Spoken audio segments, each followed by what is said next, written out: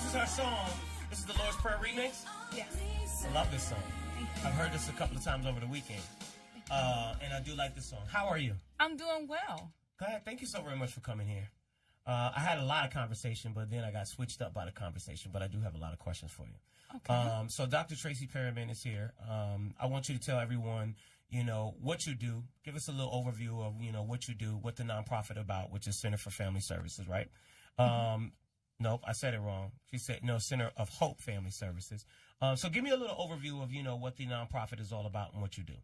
Well, the nonprofit is about building resilience in members of our community. Through the 90s, when we were touting full employment and the economy was all great, in our neighborhoods, we were seeing that there was a different narrative going on.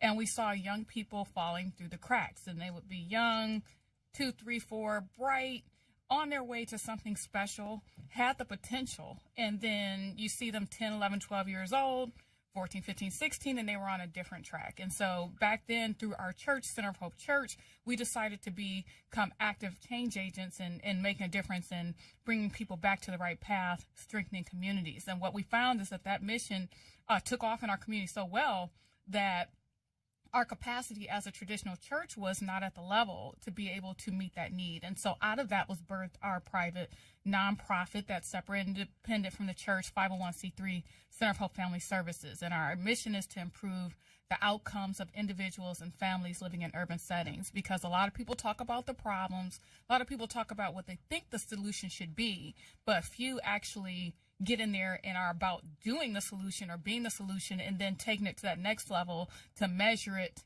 so that we can see what's really happening and show that what we're doing or what we're thinking works. What is the solution? Well, there are several solutions. It depends on the problem. Right. So we've identified 2 core. So I'm clear. We're talking about the African-American community. I know you used the word urban, but, are we primarily talking about the African-American community? Well, I wouldn't just say that. What I would say is that by being in poverty, you're disproportionately affected by certain social ills that can put you on the track to where you don't want to go. Now, what we find is that people of color are even more disproportionately exposed to poverty. And so for them, oftentimes the needs are greater. So we predominantly serve people of color, but it's not limited to just people of color. All right, cool. Okay, so what's the solution in your opinion or in your findings? Well, what we find is that there's not one solution. There's not one silver bullet. And so it's really about building partnerships and understanding the people that are in your community, the systems that are in your community, what their motivators are, and then also how to hold them accountable.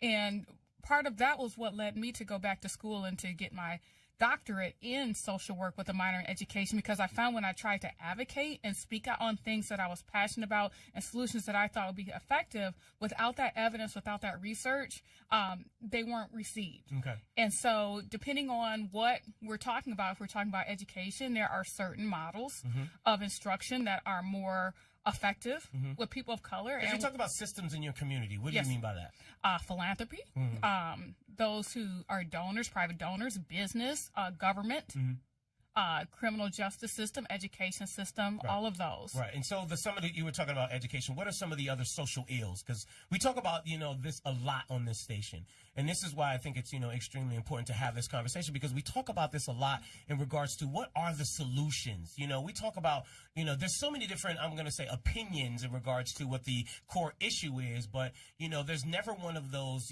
conversations where we're talking about what the solution, is. And I would love to hear from you, because you're 10 times smarter than I am.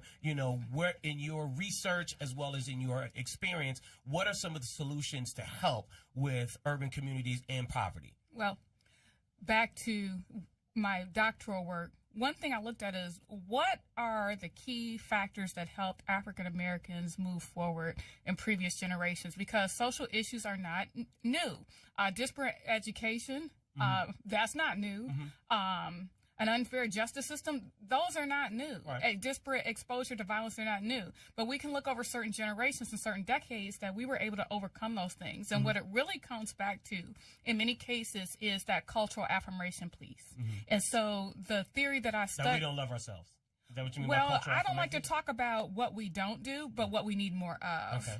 We need more love. We need more self-love. We need more self-love. And the self-love will come when you are knowledgeable of your history and looking at these issues and these challenges, and that we have overcome them before.